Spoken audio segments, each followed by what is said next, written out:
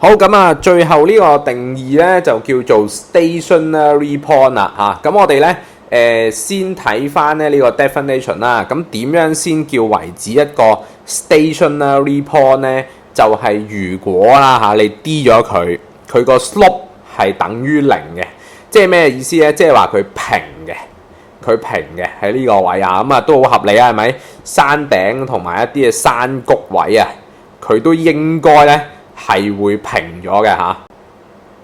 得啦啊，咁所以咧喺嗰一點嘅 differentiation D 去一次之後咧嚇，嗰一點嗰個嘅 dy dx 嘅嗰個 slope 咧係等於0嘅嚇。咁我哋咧就會叫咧呢一點咧就係一個 stationary point of 呢條 curve 啦，得嘛？咁而你睇翻幅 picture 咧，其實係最重要嘅嚇。咁咩嚟咧？就係呢啲點咧，你見到嚇。雖然可能咧上升當中會有一點咧會平咗都得嘅，咁佢個 slope 都係0嘅。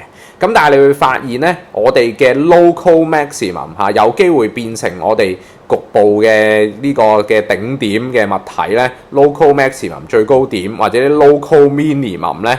咁其實咧佢個 slope 咧都會係等於0嘅，得嘛？咁所以其實咧我哋咧去選擇去諗一啲個 dy dx 係等於0嘅點嘅時候咧，其實我哋係揾緊一啲 potential 嘅 turning point、potential 嘅 maximum 同 minimum。